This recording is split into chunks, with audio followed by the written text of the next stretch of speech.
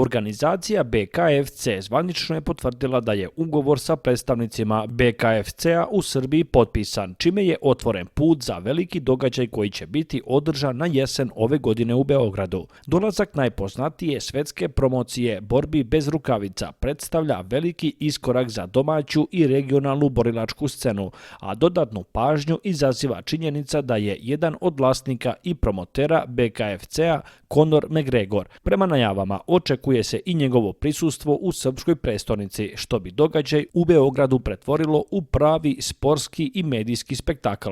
Informaciju su potvrdili i predstavnici BKFC Srbije Jovan Krstić i Nebojša Ivić, koji su istakli da dolazak ove organizacije označava novu eru za borilački sport na Balkanu. BKFC je trenutno vodeća profesionalna organizacija u svetu kada su u pitanju borbe bez rukavica, dok je Conor McGregor bivši UFC šampion u dve težinske kategorije i jedna od najvećih ikona borilačkih sportova u istoriji, čije promotersko angažovanje dodatno podiže globalnu popularnost promocije. Više informacija o tačnom datumu, lokaciji i borbama koje će biti na programu očekuje se uskoro.